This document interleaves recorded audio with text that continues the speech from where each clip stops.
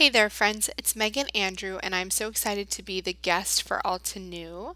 Today I'm working with the Painted Flowers stamp and die, and I love that there is a matching die with this set because it makes creating these flowers in whatever colors you want so quick and easy. So I'm just going to show you how I stamped 3 of them to create a quick and simple but beautiful card design. So I'm putting this nice solid flower here, and I've pulled out 3 different colors of coral ink, although I think I'm going to probably only use 2. So I'm stamping the lightest first, and then I'm moving to the second stamp, which is kind of the darker highlight. So I'm going with my darker coral here. Oh, and then I dropped the stamp, but that happens a lot, right? I'm sure you guys have done it before, sticky fingers, butterfingers, I should say. And so I'm going to go ahead and stamp again. And I'm just going to look at the stamp to get an idea of where to stamp the second one. There we go. Now my favorite part about this stamp set is the third stamp, which is the outline. But you also have the fun leaves that fit perfectly right in there. Now you'll notice there that I was a little tiny bit off on the left side, but once you get the outline stamp on, you don't notice whatsoever. So also with these leaves, there's a second stamp here, and I'm going to use a darker green for that one. As you're putting it together, it kind of looks a bit strange. You're not sure if you did it right. But once you add the outline stamp on the top, it all comes together and looks so perfect. So don't fret while you're creating. Just wait until the very end. One thing I love about these multi-stepped stamps is that you can't really mess them up.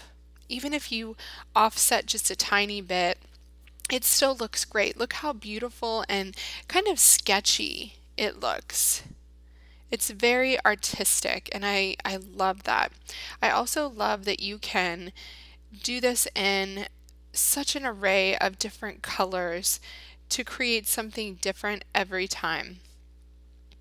So next I'm going to do this flower here.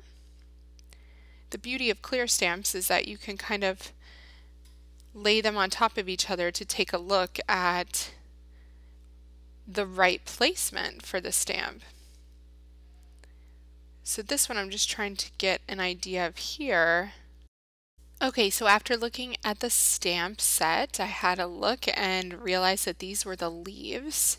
So I added those right there. Look how perfectly that fits in. But remember, even if you don't stamp it perfect, like there's a little tiny bit of white space in there, it's still going to look awesome once you get the last layer on. I'm going to go with the darker green here. So pretty. I love the look of that pretty coral against the limey kind of green.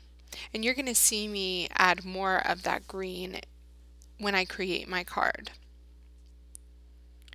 Okay, this is a great kind of cheat sheet here on the die sheet. It shows you all of the different flower combinations and the dies that match them, but it also shows you how the stamps layer on top of each other.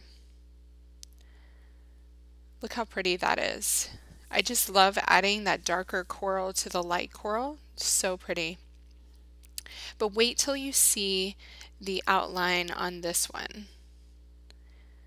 So every time I use a stamp for the first time, I use a gum eraser over the top to just kind of get off some of the manufacturing resin that kind of sticks to the stamps, and it helps me to get a better stamped image that first time. Look how pretty that is. It's so sketchy and just lovely. I love this stamp set. I think it's gorgeous. Okay, now I'm going to do this flower here. Okay, for my third and final flower, This one's the smallest one and it has a separate leaf. So if you didn't want to add a leaf to it, then you don't have to.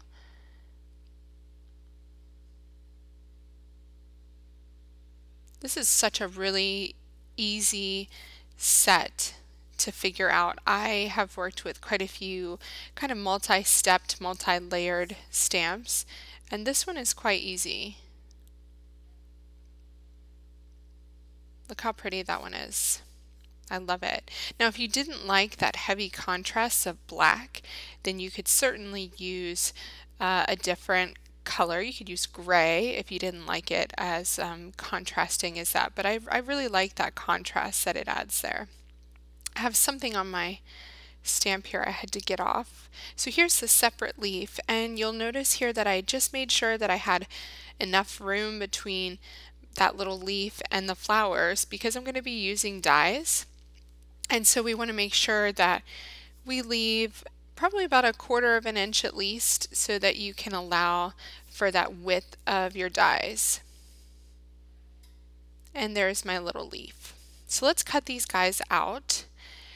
And I'm going to start with the flower in the center.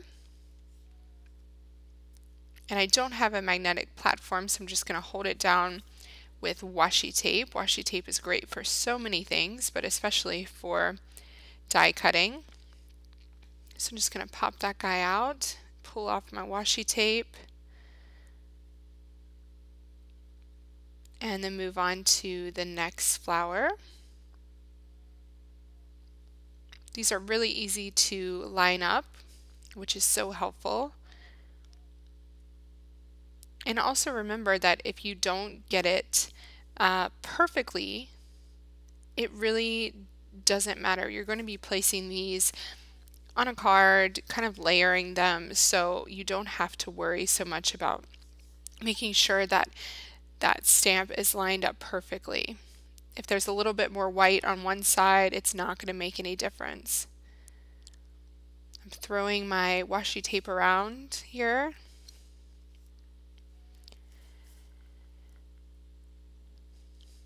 There's my third flower.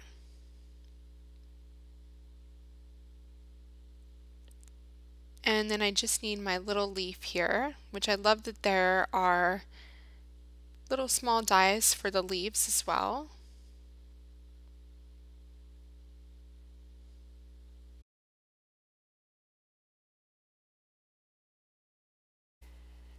So now that we have our pretty flowers, let's put together a card. I'm using this background pattern paper from the Live Your Dreams Scrapbook collection. If you haven't checked out Altenew scrapbook collections, you really must because they are gorgeous. And I love the way that these pretty flowers look against that kind of subtle green dot in the background. Now I'm leaving a white space at the bottom because I want to have some area without any pattern just to give your eye a break. I also want to play up some of that green, which I really love. So I'm pulling out some die cuts from the Live Your Dreams Scrapbook collection as well. I'm just going to trim my pattern paper here just a tiny bit, just to add a little bit more white space at the bottom and play on that rule of thirds. So the top 2/3 of my card is going to be covered with pattern and then the bottom third will be white. I also want a little bit more texture, so I'm going to add some baker's twine. And the way that I normally do this is to just cut a little slit in the side of my card, which I then feed the twine through and then tie in a bow or a knot, whichever you prefer. Okay, next I'm going to grab my die cuts from the Live Your Dreams Scrapbook collection and add them to the front of the card. There are quite a few sentiments on the Painted Butterflies stamp set, so I'm just grabbing the one that says thank you from that stamp. It's the perfect size for this little banner that I have. And you'll see that the banner is already cut, and that's because I used a tiny bit of the right side of it on a previous scrapbook layout, and I always keep the extra bits for just this sort of thing. So I stamped thank you with permanent black ink. And then I'm just going to kind of arrange my flowers around my pretty green heart here, just to try to figure out how they best fit. And I think the smallest flower should go down here at the bottom right corner, because I don't want to cover up my heart too much.